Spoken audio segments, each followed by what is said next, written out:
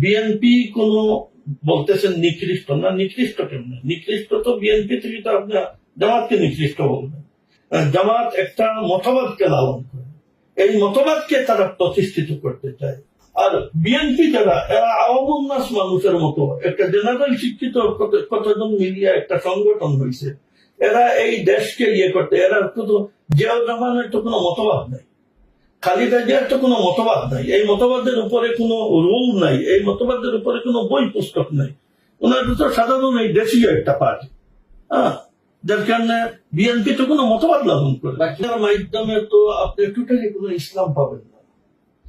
জামাতে যাওয়ার পরেই তো আপনি দেখবেন মসজিদ দখল, যেভাবে আপনি বলতেছেন মার্কেট দখল করতেছে আপনার বিএনপি আর এই সেই মানুষের শেখায়ত করে, এখানে তো মসজিদ দখল, মাদ্রাসা দখল আপনার এটা হয়ে যাবে।